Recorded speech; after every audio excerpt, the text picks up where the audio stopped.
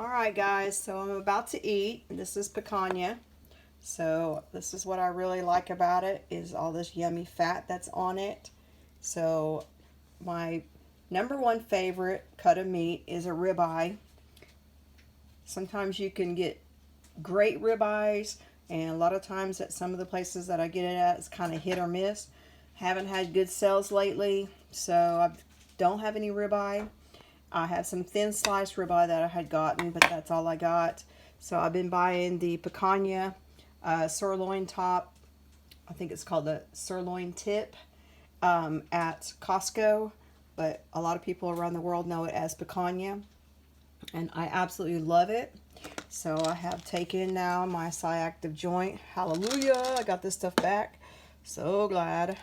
And I've taken my plasma flow. And then I took my Stem Enhance Ultra.